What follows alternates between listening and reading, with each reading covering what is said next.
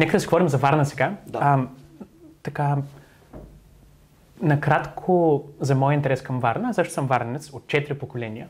Да. И дълго време живях в Германия също, където учих и работих и от половин година, даже малко по-дълго, се върнах във Варна. Да. Живея тук, работя тук и се сблъсквам с града или поне нещата, които зависят от градската власт всеки ден. Да. Докато беше лято, събуждах много рано, главно от така форсиращите коли по булевард Левски и първо мислех да те питам как ще се оправи това, но вече спъна затворен прозорец за студия. Да, ще прескоча тая тема. Събуждам се и първи ми сблъсък всъщност е с градския транспорт. Живея горе-долу до майчин дом и работя на края на града. Нямам удобен автобус за прекачване и е голяма мъка, става много бавно хоренето от там. Градският транспорт, както знам от Германия и както може би и ти знаеш поне от Лондон, в щатите не съм сигурен, че толкова добре, е нещо така много важно за един растящ и бурен град. Точно така, да. Как искаш първият ми сблъсък с града в сутринта да е малко по-приятен? Как би станало това? Ами да, аз така също се сблъсквам, напоследък пътувам с градски транспорт, тъй като временно живея в апартамента на жена ми, докато се премести в общото ни жилище, което в момента се ремонтира и сме на Константин и Елена. И често ползвам 409, който минава оттам. Чакам някой път по 15, по 20 минути, въпреки че това е една от редовните линии като цяло. Много е важно за мен градския транспорт да бъде по-редовен. Знам, че има линии, които се чака по 30-40 минути някъде и другото важно нещо е малко да се оптимизират връзките на градския транспорт. Забелязвам, че повечето маршрути много често минават през централната част на града, за да свържат примерно северната му част с западната му част. Според мен е добре да се прегледат линиите и да имат такива, които да свързват две точки, които са, да кажем, Виница и, да кажем, Младост, без да ми се минава примерно през Севастопол или през катедралата. Нещо, което може би първо ще намали времето за пътуване на гражданите и ще направи много по-преки връзки. Всъщност ние се борим за град без периферия, така сме нарекли нашата концепция, за това да се развива града към своята периферия, така че да не се презастроява. Малко ще засегне и тая тема, въпреки че вероятно ще питаш последствия, защото това е един от основните проблеми на града. Според мен така поне при нашето присъствие при хората, те така постоянно ни индикират, че проблемите са всъщност много, но презастрояването е един от основните. Това е по-оптимизирани линии, бус лентите, автобусните ленти, които трябва да направят по-бързо предвиждането на тези автобуси и да намалят трафика. За бус лентите конкретно исках да питам едно друго. Сега, доколкото знам, естествено те проблемите са няколко. Един е с това, че може би линиите не са добре преценени. Това го спомена, че не е нужно да минават през Севастопол и катедралата всичките. Съгласен съм. Другото е наличието на автобуси и знам, че сега общината чака да пусне още доста автобуси. Да, някъде 60 на автобуси, няколко вече ги видях на улицата. 6 са пуснати, още 54 може да трябва да пуснем. Това би било супер, но тук стигаме и до бус лентите. Моя маршрут е от горе-долу от центъра към индустриалната зона. По част от протежението има бус ленти, в част няма, конкретно между автогарата и двете кули, като това е линията на Ада за някой пътуващ в автобуса. Винаги има задръстване и до голяма степен заради това закъсняват автобусите. Според мен проблемът не е само в това, че няма достатъчно, ами и че някъде стоят в задръстване. Как би решил това достатъчно краткосрочно? Това е една голяма тапа, която се получава винаги между Grand Mall и двете кули. Там трябва да се види възможността да се направи още едно платно бус лента, но щом не е направено, подозирам, сега не съм изследвал конкретната отсечка в детайл, но... Говоря по принцип, няма нужда да се хващаме за един пример. Ако може да се направи бус лента, според мен това до някъде ще облегчи, макар че там не е само от това причината да има тапи. Там наистина трафика е такъв, че просто автомобилите се увеличават многократно и има само две ленти във всяка посока. Има предложения и от нас, чувал съм го и от експертите, като сме говорили с пътни инженери и архитекти, там да се направи рампа, която всъщност това кръстовище да облегчи трафика, като автомобилите, идващи по Владислав, да минават по такава рампа и съответно да няма нужда от този светофар, който в момента там създава този трафик. Това е едно от възможните решения. Ние в момента разработваме една визуализация, която да обсъдим с експерти, хора от гилдията, най-вече с архитекти. Добре. Това на мен поне ме звучат като така по-сериозни инфраструктурни проекти. Тоест не е нещо, което... Няма да стане утре. Няма да стане утре. Което Да. Тоест, този проблем утре все още би останал и може би за доста време напред. Не визирам конкретно тая отсечка, по принцип има отсечки с повече от една лента, от които едната би могла да е бус лента, което би зарадвало много пътуващите в автобуса и би изнервило много шофьорите. Да. Това, аз още преди разговор споменах, че са ми много интересни такива, да кажем, дилеми на един общински съвет и на един кмет, където винаги някой ще е недоволен. Да. Как би решил такива проблеми? Тоест, ако имаш един булевард, в който може да изнервиш шофьорите или пътуващите в автобуса, кого би изнервил повече? Вижте, идеалният вариант трябва да не се изнервя никой. Това е дългосрочният вариант. В смисъл, когато има бус ленти като допълнителна лента, всичко е супер. Аз смятам, че градският транспорт трябва да е фокус, защото това е бъдещето. Бъдещето е това да се върви към по-малко автомобили, повече градски транспорт, повече пешеходни зони, повече пешеходни пространства в града, буферни паркинги, които да позволяват на хората все пак да използват своите автомобили, защото не само, че българите сме свикнали да ползваме автомобил, това по-скоро трябва да вървим към това те да свикнат да ползват градски транспорт, но затова трябва да има условия. Затова ще вървим към по-добри условия на градския транспорт, за да могат хората постепенно да свикнат, че могат да заменят градския транспорт, т.е. автомобилите с градски транспорт. Много от моите познати вече започнаха да слизат от колите си и да си качват автобуси, което за мен е похвално. Аз съм също такъв пример. В момента, бидейки в Свети Константин и Елена, временно живееш там, използвам градски транспорт и мога да кажа, че въобще не е толкова неудобно. Наистина не е толкова зле, но честно казвам, имах точно такъв разговор вчера, че може би някои райони на Варна са сравнително добре свързани или благоустроени, други не са. И конкретно задръстванията често са виновни за закъсняващите автобуси, не толкова, че градският транспорт е лош по принцип. Смятам, че нещата са много комплексни и много вързани. Застрояването и концентрацията на населението в централните части на града и това, че града не се разширява към своята периферия. Ако се оптимизира градския транспорт и едновременно с това обаче се оптимизират и пътните връзки с периферията на града, смятам, че може да има много добри условия за придвижване на хората от по-крайните квартали. А тези крайни квартали, според мен, трябва да се увеличават, най-вече в посока север и юг. Юг, разбира се, сме ограничени от моста. Там задължително трябва да се работи по втори мост. Да. Основна роля, ако бъда кмет, ще бъде да лобирам с националната власт и да се търсят европрограми, по които да се финансира този втори мост, защото той ще отпуши града на юг, където са, може би, по-предпочитаните квартали, ако те биха били добре свързани. Да. После имам, честно казвам, няколко въпроси конкретно за изграждане на тези квартали, така че ще ги запазя за десерт. Ако трябва да обобщим градския транспорт и конкретно тая краткосрочна дилема, т.е. може ли да се очаква да заложиш на категорично, градски транспорт фокус върху пътуващите в автобуса при така краткосрочните решения за трафика? Аз мисля, че първо това, към което върви и в момента политиката, тя не е само варненска, тя е така и централна и въобще във всички европейски държави.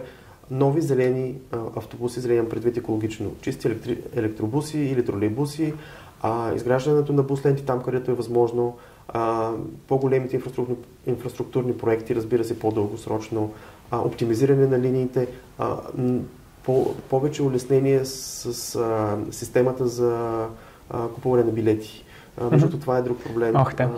Аз се плъсках вече няколко пъти с това. Машините в автобусите не работят, когато искаш да си купиш билет с карта. Може да влезеш в приложението и да си купиш, но трябва всеки път да си вкараш данните наново, което е малко неудобно. Моите ги помни. Не знам дали това е притеснително или не.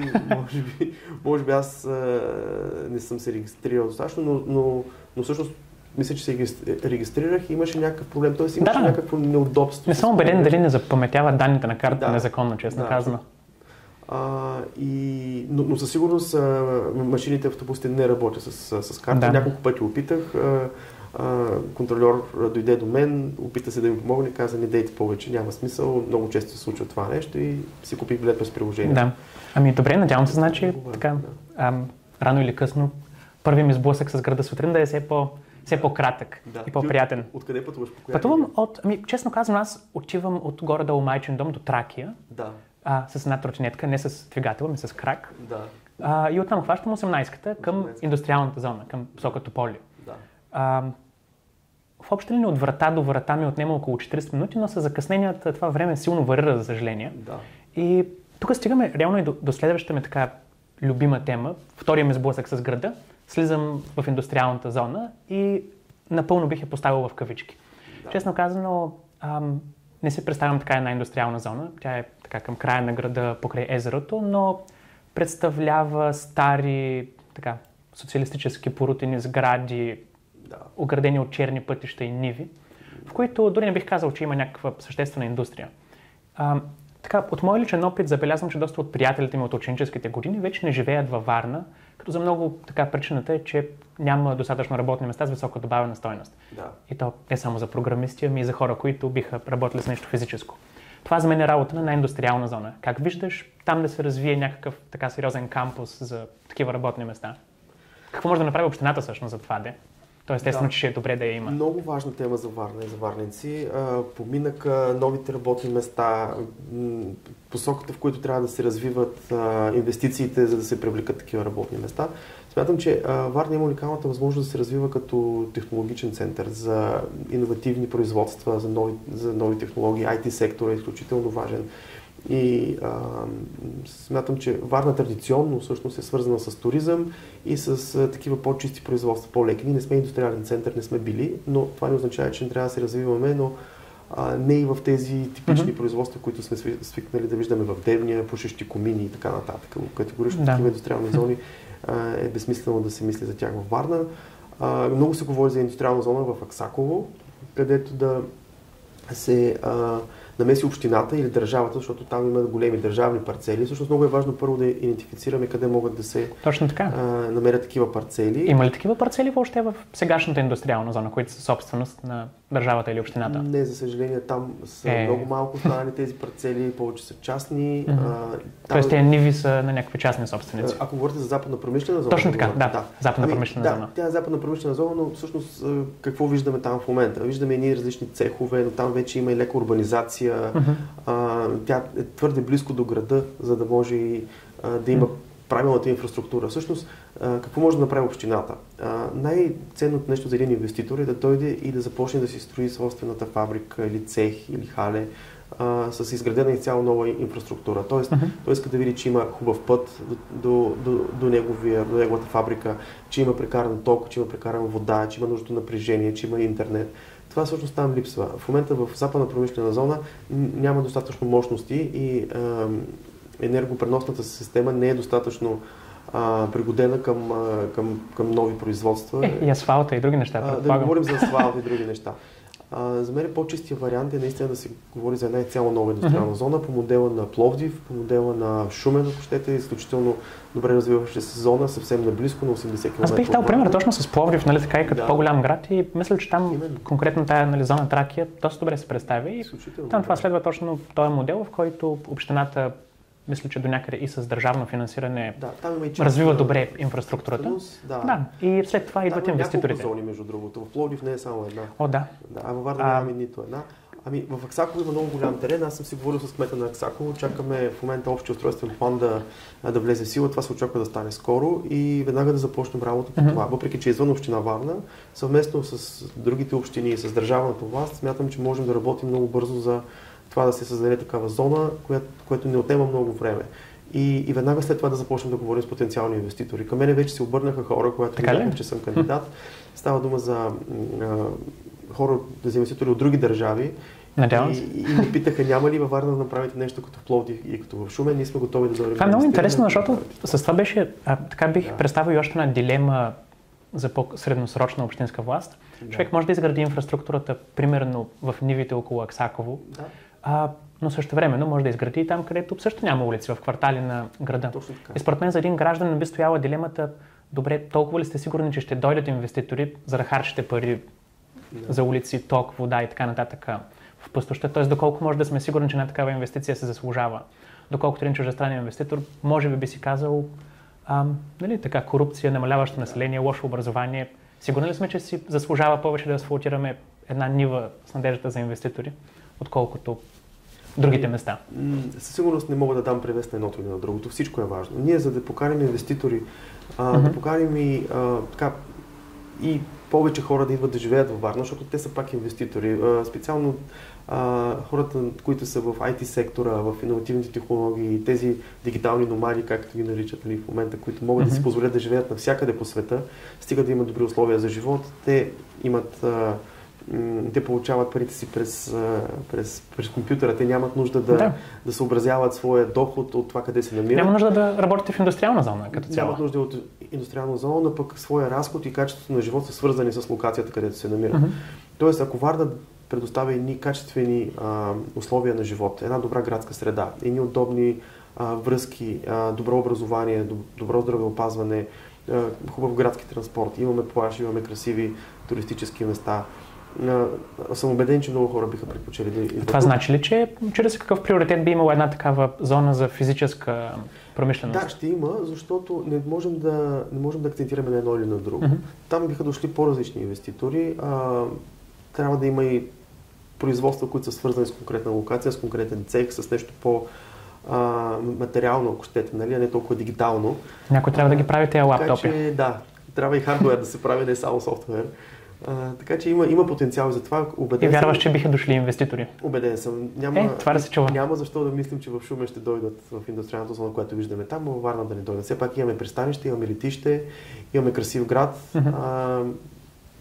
Убеден съм, че ще дойдат. Между другото, принципа на изграждане на индустриалната зона е близък до принципа на изграждането на нови квартали във Варна. Нещо, което е залегнало и в моята програма. За да не се уплътнява града в неговата сърцевина, ние предвиждаме изграждането на нови квартали на принципа на индустриалните зони. Тоест, общината се намесва и започва да изгражда нови пътища, нова подземна инфраструктура, канализация и така нататък, за да могат инвеститорите, строителите да започват да градят тази периферия с изцяло нови квартали. Това съм го виждал и в Европа, и в Щатите как се случва. Много по-лесно и много по-правилно е всъщност да се строят квартали там, където вече има инфраструктура, не като това, което виждаме в момента. В вилните зони да се оставят собствениците да строят огромни къщи, а пък общината да не влиза и да не им прави улици, пътна инфраструктура. Това наистина регулация. Не е хубаво. Сега ти спомена вече някои неща за буферните паркинги и за неща, които са свързани с разрастването на града.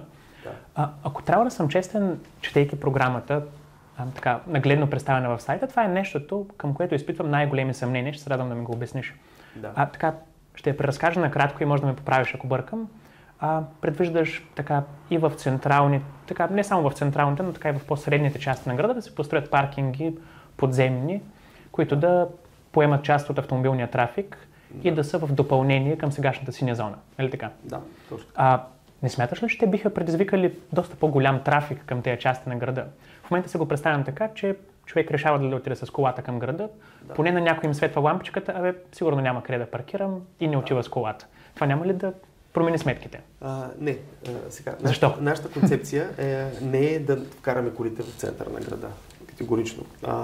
Напълно осъзнато го предложихме, знаейки много добре какви са тенденциите в градоустройството в цяла Европа. Повече пешеходни зони, повече хора в градския транспорт, по-малко автомобили в центъра. Когато бях в Лондон, тогава се внесе тази congestion charge, така наречената такса, доста скъпа, между другото. Влизане в централната част на Лондон, т.е. всеки един лондончанин, за да влезе в центъра на града, трябва да си плати. Около 20 лири ли беше? Или? По мое време беше по-малко, около 5 лири беше за ден или нещо такова, но после го качиха. В момента не знам колко е, но навсякъде беше осеян града с камери. Номерът ти автоматично се сканира, влиза в системата и автоматично ти дърпа от една сметка, в която си се регистрирал предварително. Така че със сигурност знаем, че не трябва да вкараме колите в центъра на града. Защо предложихме тези паркинги? Варна няма абсолютно никаква инфраструктура и нито едно ново парко място изградено в последните 30 години, сигурно. Говоря за обществени паркинги. Нашето предложение беше за абсолютния минимум, все пак за паркоместа, които са свързани за хората, които идват от други градове и за варненци, но повече и за туристите. Тъй като ти си един турист, да кажем, от Румъния и си дошъл със своя автомобил, няма къде да го паркираш в момента. Не можеш да паркираш някъде в вилни зони, в Владиславово и така нататък. Нали, ясно е, че никой няма да се остави автомобила. Отиваш до синята зона. Трябва да отидеш до синята зона, те така или иначе идват. Ние не можем да ги спрем. За тази цел мислихме за най-подходящите места, които са на големи пътни артерии и булеварди, за да не предизвикват задръстване в малките улички в центъра, така че да могат тези хора, които искат да посетят централната част на града, да паркират сравнително отдалечено и в същото време достатъчно близо, за да ползват градски транспорт. Да, но нямаш ли идея, примерно под катедралата да има, или приблизително там да има такъв паркинг? Това ако не е центъра? Не, това е центъра, но става дума да един или два паркинга, крайно необходими, защото нека не се лъжим, всеки, който иска да дойде да кажем да отиде в централната част на града вечерно време, да отиде на опера, да отиде на театър, да отиде на заведение, на ресторант. Рядко виждаме в момента някой да ползва градския транспорт, още повече, че той е до 10, рядко е до след 10 часа, особено извън сезона. В времето на сезона има и по-късно. Това поне му е лесно решението. Да, трябва, ние се опитваме да балансираме, поне да има някаква минимални условия за автомобилна достъпност, тъй като във Варна просто тя е никаква. В София виждаме такива паркинги. Във Варна имаме един паркинг на фестивалния комплекс. И дупката не го броя, защото там смятам, че не трябва да има никакъв паркинг. Там имаме съвсем друга концепция за дупката. Основното, което ще направим е да се допитаме до хората какво искат да има там, разбира се. Но няма да влизам сега в тази. Да не кажат паркинг. В никакъв случай паркинг на дупката не. Това е... Добре. Не. Тоест, паркингите, които сме отредили, всъщност са два. Един е на катедралата, другия е на Сточна гара. Това е изключително важно. Сточна гара звучи дори доста по-добре. Тъй като там имаме идеята да се премести автогарата, въпреки че в момента правят нова автогара да старото и място. Според мен тя е малка и тя трябва да бъде свързана с ЖП транспорта и да има бърза връзка до летището. Смятаме, че Сточна гара е едно от най-удачните места.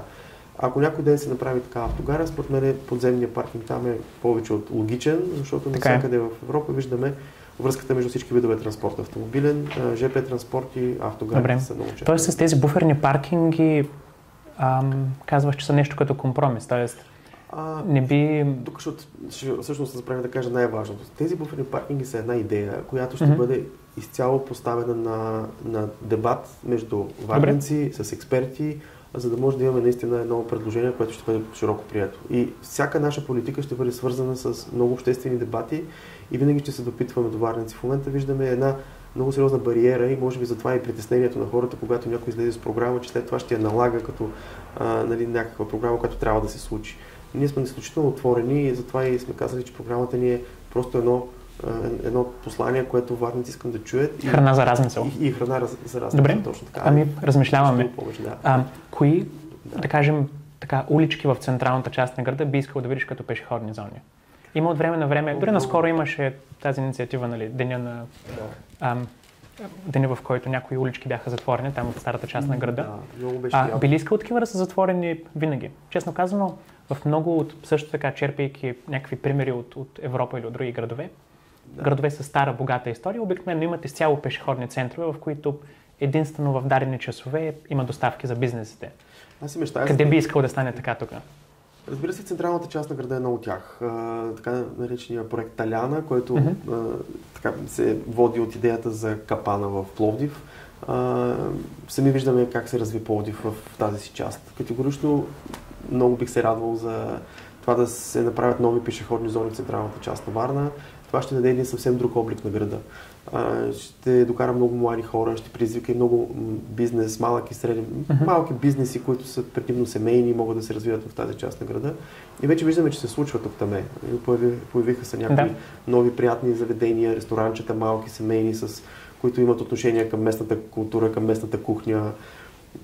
Така че това би променило целия облик на града, би повлияло и туризма, би повлияло и самите варненци и да направи централната част на града един привлекателен център. Какво би казал на хората, които това би ги изнервило? Защото това отново е такова, това си един вид дилема, т.е. все някой обича да минава по тези улички с колата. Хората свикват лесно с това. Винаги, когато променяш навиците на хората, има един период, в който има един елемент на изнервеност, всеки от нас го е усещал. Всяка една промяна е трудна. Но когато е за добро и когато се прави с ясна концепция, нещо, което сме видяли, че работи като модел някъде, в крайна сметка винаги идва момента, в който хората виждат, че това всъщност е много по-удобно и много по-добро.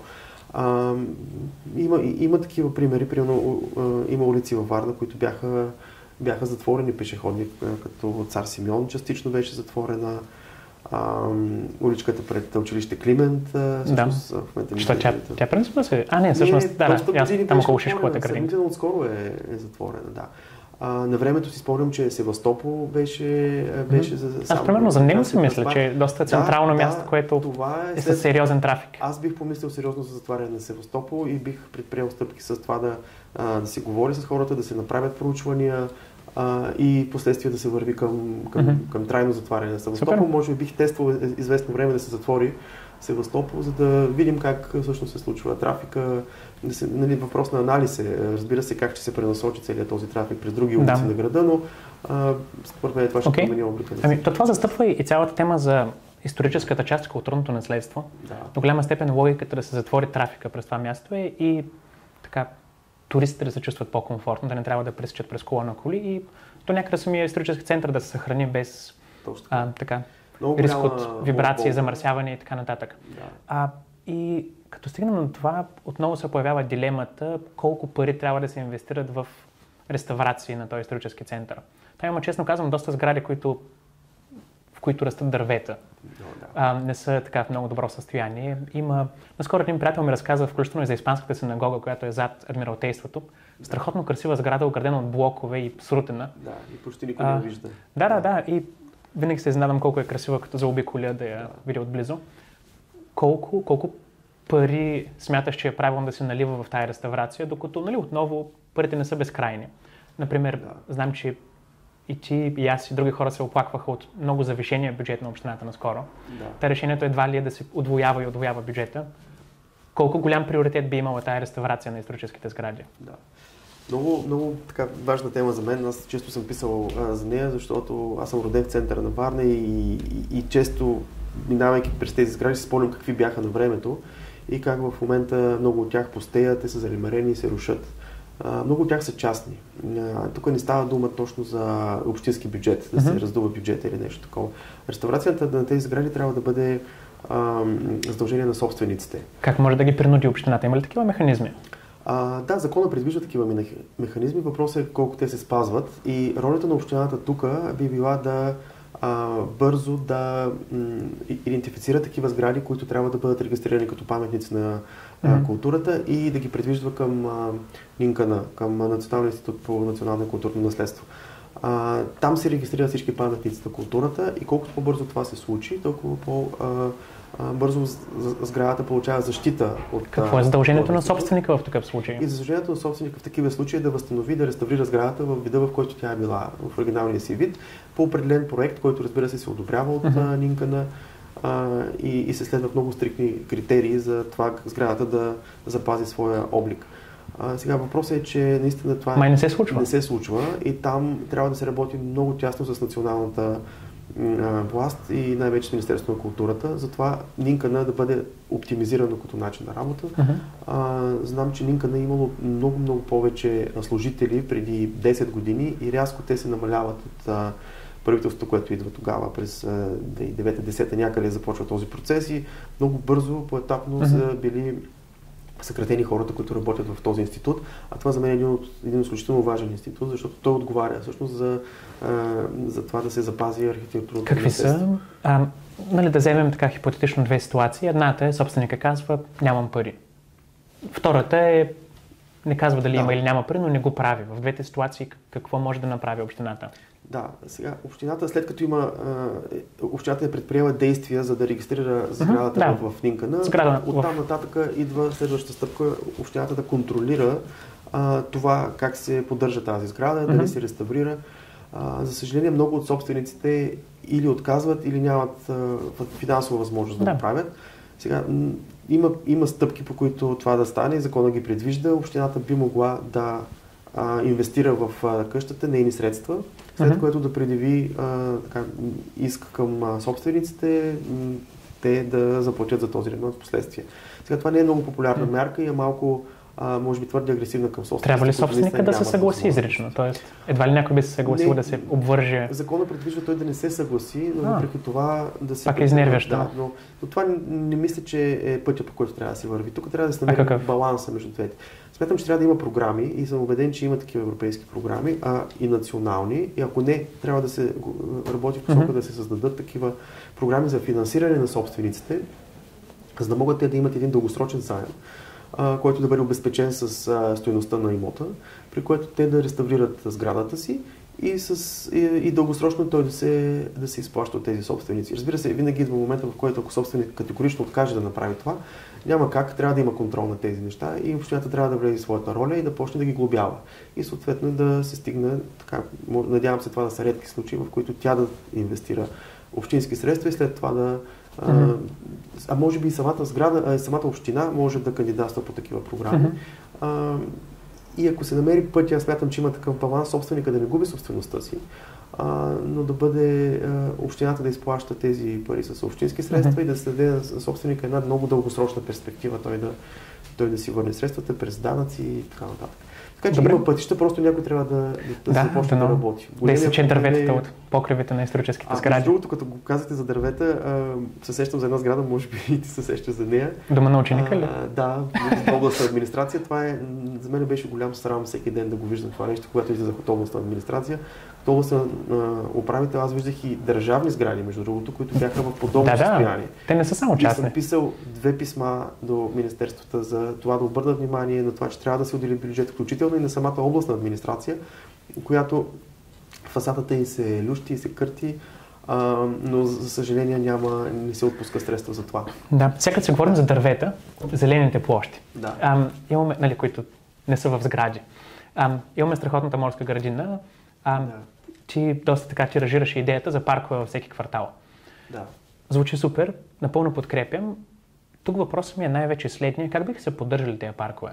Аз го виждам гордо по последния начин. В момента има разни така запустели общински терени насам натам. Дали преди са били градинки, дали са просто прашни такива хаври. Да. На тяхно място ще се построят такива паркове. Това чисто като поддръжка създава един доста голям, така редовен фиксиран разход, за да не се превръщат парковете отново в същото. Да.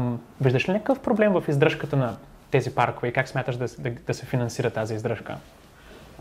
За мен това трябва да е приоритет на общината. В крайна сметка си има общинско предприятие, което се занимава с поддръжка на парковете. Наистина аз също, както всички около мен, са забелязали, че не се поддържа добре морската градина, което е основният парк на Варна, както и парка в Аспарухово. Това са двата големи парка, които са огромно богатство за града ни и трябва да има особено внимание към тях. Не мисля, че поддръжката е...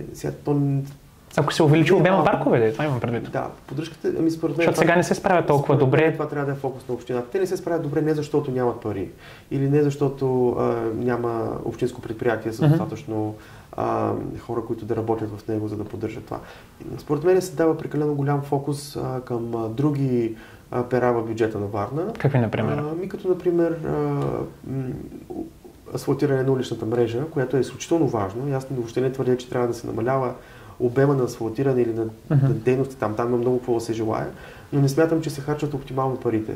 Смятам, че трябва, ако се направи един фокус към обществените поръчки и те бъдат достатъчно осветлени, за да знаем ние, гражданите, дали наистина се правят прозрачно и по най-добрите условия, които са дадени, защото ние имаме така опита с общината, аз лично, да изискам по закона за достъп до обществена информация как се правят тези обществени поръчки, особено за уличните ремонти, които в момента вървят. 175 милиона се изхарчи от общината за тези ремонти в момента.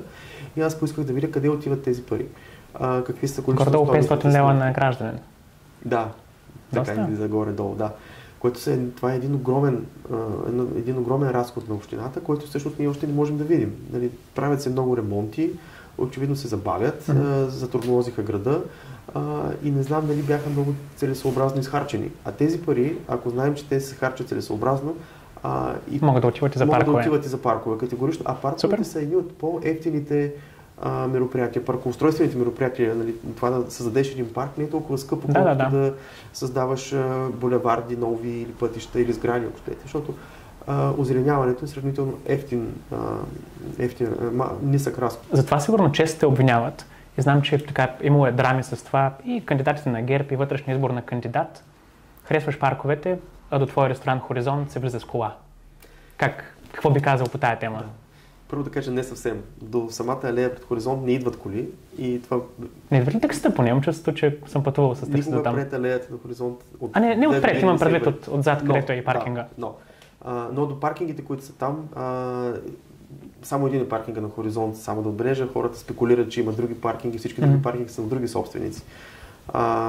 Влиза се през паркинг на собственик, който притежава съседния ни парцел до нас и от него ние имаме договорка да се влиза в паркинга на Хоризонт.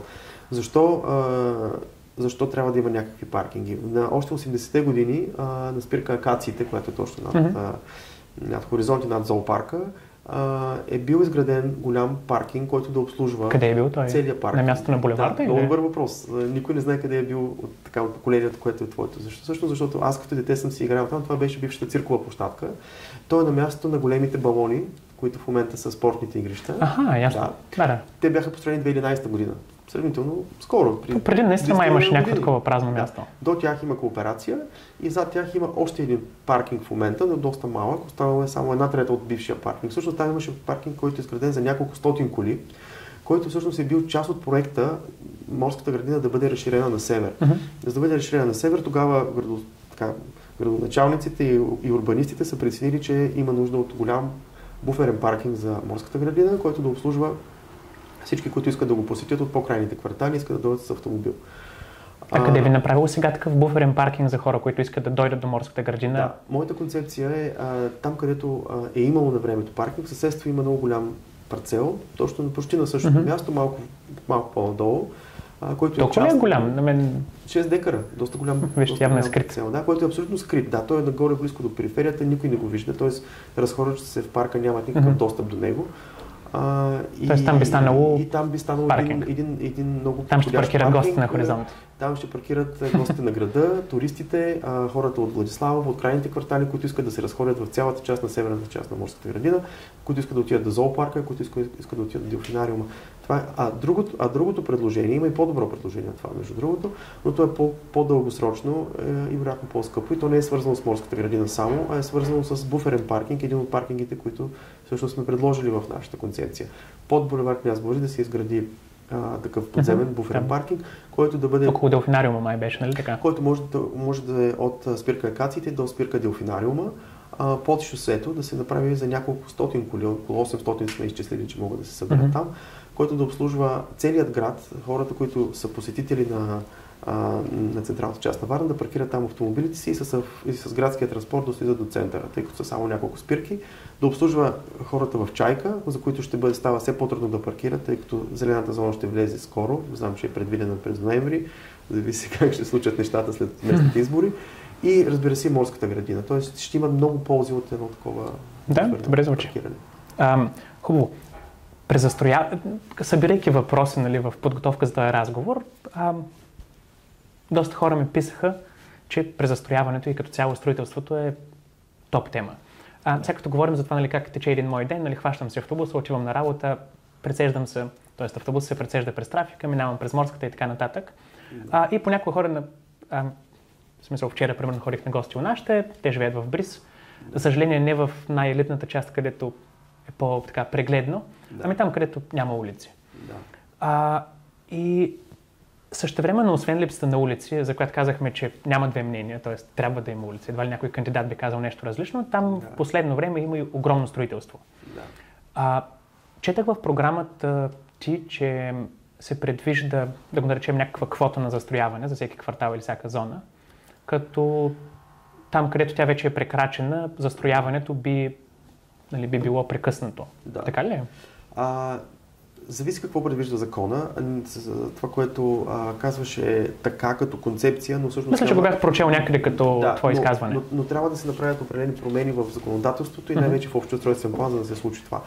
В момента всеки един частен собственик на парцел има право на базата на параметрите, които са заложени в общоустройствен план, да се направи подробен устройствен план на парцела, който да е базиран на тези параметри. Става индивидуално. Да, и да поиска разрешение за строеж от общината и тя по закон няма право да му откаже. За да променим тази порочна практика, всеки, който иска да построи блок и да намира вратичка най-вече, да построи толкова висок блок, че той да е над допустимите параметри, защото се намират такива вратички в момента, трябва да направим промени в общия устройствен план. Да не се прави всичко на парче, да се занижат параметрите на застрояване в определени зони, тъй като в момента, примерно в централната част на града, няма ограничение на височините. Като цяло говоря, има някакви конкретни места, където има, но принципно няма такова общ лимит на параметрите на застрояване. Така че това със сигурност според мен трябва да се направи. Това беше мнението на архитектите. Вчера бяхме в Камарата на архитектите, които също смятат да направят конкретни предложения към Общинския съвет за промени в общия устройствен план. И това са и проблемите, които всички хора ни индикират, когато ходим по квартали. Създаването на такива общи планове биха сами по себе си ограничили строителството до някаква квота. Стъпките са няколко. Първо, промени в общия устройствен план, след това създаването на подробни устройствени планове на по-големи територии, а не на парче, не на конкретни парцели. Примерно взимаме един квартал, както е Бриз, да кажем, където живеят твоите родители. И аз съм израснал там, и аз съм ходил по пътищата. Ние също имаме наследствено един декар пившо лозе, така че знам какво е, често ходим там. Няма ли блок на него още? Все още няма, ние сме в частта, в която блоковете почти са ни застигнали, но... До година. Да, ние нямаме желание там да правим блок, но за съжаление от всякъде сме оградени с блокове в момента. Това е начина, наистина, да се правят цели територии, да се правят подробните устройствени планове, за да може да има някакъв баланс и някакъв синхрон и хармония между всички сгради в тази територия, а не аз да си намеря начин да си построят една висока сграда, друг да не е намерил път към разрешително за висока сграда, да е с по-ниска сграда и така се вижда един дисбаланс, който трябва да бъде. Добре, така стигаме до примера на тези устройствени планове, които казват в даден квартал, това трябва да е в общото нивото на застрояване. Ако то още не е прекрачено, просто не се прекрачва. Ако е прекрачено, има ли някакво решение то да бъде намалено, без така прекалено драконовски не бих казал, антипазарни мерки? Не бих казал за намаляване на застрояването, то вече е факт, но всъщност усещането за презастрояване идва от липсата на инфраструктура. То не идва... Да, ако се... 10-етажните блокове до къщи също допринасят това чувство?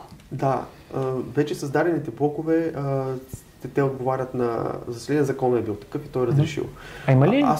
Само един частен въпрос към това, т.е. въпрос към частен случай.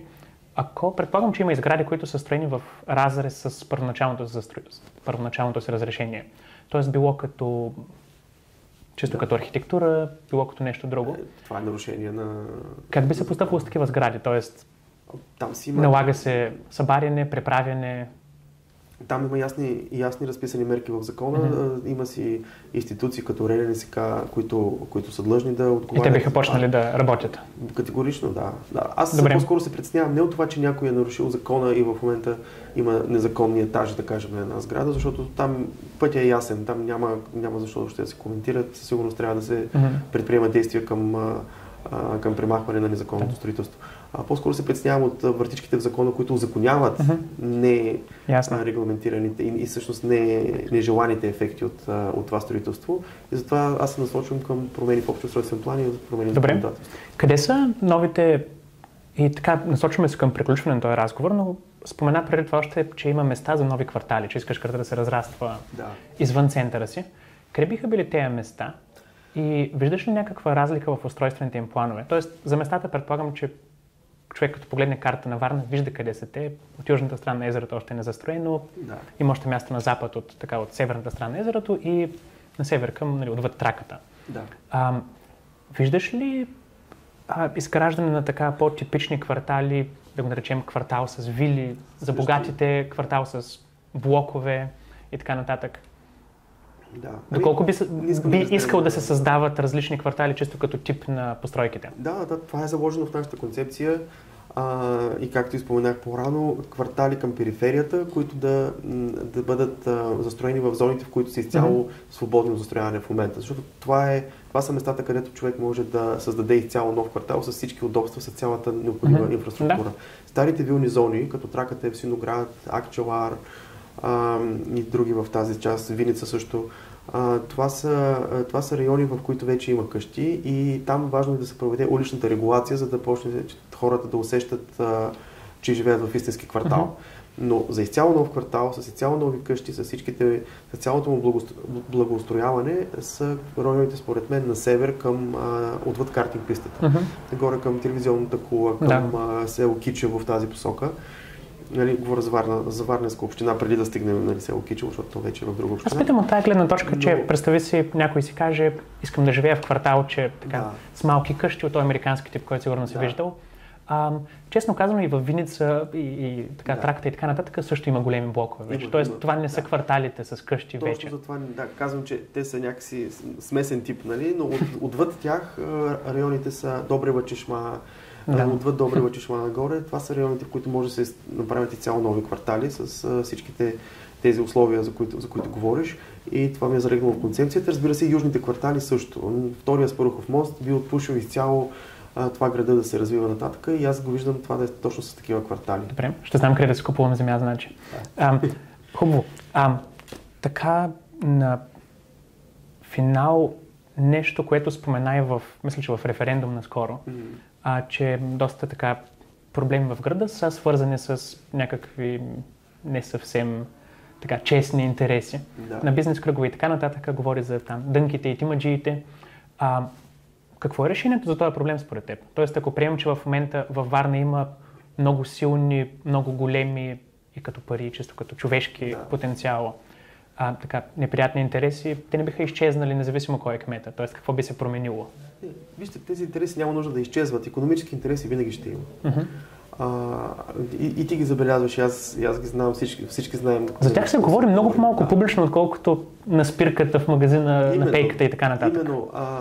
Аз смятам, че икономическите интереси трябва да са там, където има място, а те са в икономиката на града. Те не са в политиката. Тоест, всеки има право да участва в политиката. Разбира се, ако бъде избран от гражданите на Варна, но това преплитане между икономически и политически интереси е твърде видно и твърде вредно вече, защото то е за сметка на гражданите и на варненци. Ако има ясни правила за всички, независимо от това дали ще е дънката, тимаджи, папанерджи, което и да е, няма значение. Говоря за хора, които... Защото сега в изборите, само така една вметка, че в изборите доста икономически интереси се впускат направо с лицата си, като кандидати. Да, но в същото време това, което се вижда е, че един икономически интерес се сблъсква с други икономически интереси. Тук има една така, доколкото разбираме, една такава вражда между различните икономически структури, кой да е по-близо до местната политика. Аз смятам, че никой не трябва да е по-малко или повече близко до местната политика. Смятам, че всички трябва да са равно отдалечени като икономически интереси и да има ясни правила за всички. За всеки един бизнес, за всички граждани, просто да има едно уеднаквяване на правилата, а не да има привилегировани, които да се ползват с някакви привилегии от властта. Да, съгласен съм. И затова ние сме направили нашата листа с хора, които нямат обвързаности, не са на този или на онзи. За съжаление, наистина има такива структури, които ще участват на изборите, които ще защитават изцяло тясно икономически интереси. Много се надявам да излязат повече хора да гласуват на тези избори, защото това е единствения начин. И аз така се надявам. Това е единствения начин независимо за кого. Гласа на варненци да бъде отразен в Общинския съвет. Каза за листите. Реално, според мен, не всеки осъзнава, че властта на кмета сама по себе си е малка. Тоест, той е лице на общинската власт, но на теория трябва да е изпълнител на решението на Общинския съвет. Сега дали ги изпълнява или не, понякога е имало разминавания, но Общинския съвет решава, кмета казва пред камерите, правим го. Едва ли силите, които те издигат, ще имат мнозинство в Общинския съвет? Как виждаш тогава да стават решенията, които си набелязал? Аз се надявам да имаме мнозинство. Да, разбирам, че вероятността не е толкова голяма, но както казах, ако избирателната активност е висока, аз съм убеден, че всяко едно вдигане на избирателната активност отвъд тази, която сме видяли на предните избори, ще бъде в наша полза. Добре. Просто хората не гласуваха и на предните избори, защото нямаха достатъчно добър избор. Смятам, че сега го имат и наистина ние ще се борим за мнозинство. И ако трябва да правим с други представители в Общинския съвет мнозинства, това да бъдат само на база политики, на база виждания и на база ясен ангажимент към гражданите за какво гласуваме и как гласуваме. Поне няма геополитика толкова на местно ниво. Политика, всичко, което е за доброто на варненци, смятам, че трябва да има обединение в Общинския съвет и ако няма, ще го осветим и ще покажем кой как гласува. Прозрачно управление, това е. В заключение, предполагам, че много хора, които в момента биха гледали този запис, са с близък на моя профил, т.е. сравнително млади хора, които било са живели през цялото време във Варна, било много от тях са живели къде в София, къде в чужбина и отново нещо ги е свързало с Варна. Споменах още в началото, че, за съжаление, много от приятелите ми вече не са тук, макар че Варна е така град с голямо маро население, няколко университета и прочие. Какво смяташ, че би задържало един млад или върнало един млад човек във Варна след 1, 2, 5 години? нещо обективно, освен любовта към града и така нататък? Смятам, когато влезем да го покажа. Смятам, че когато варненци, които са излезли от града, и съм сигурен, че всеки един от тях иска да се върне в града, види, че има една нова млада, свежа енергия, която работи за града.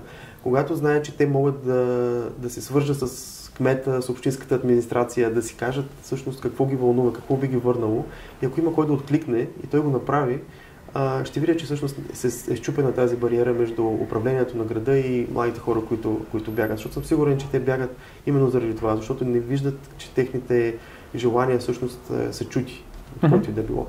И разбира се, ще направим всичко възможно това да се случи. Ще оправим градската среда, ще намерим работни места за тях. Това е, което говорихме малко по-рано. Предполагам, че те сами ще се появят работните места. Ще създадем условията за това, не че ние ще ги направим. Разбира се, общината има за ангажимент да създаде предпоставки да дойдат повече бизнеси, повече компании, IT сектора, иновативните технологии. Това са много от сферите, в които младите хора днес искат и се насочват.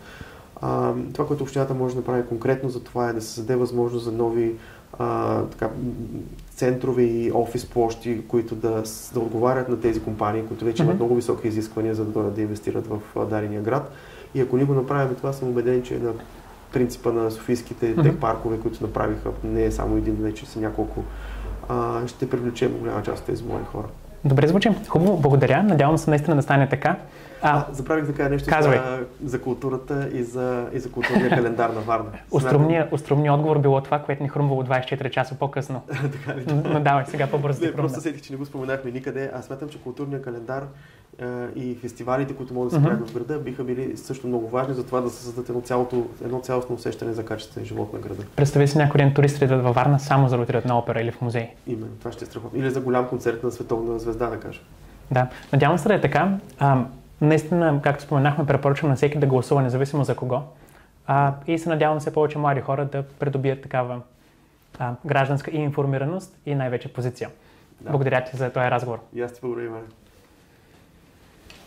Добре.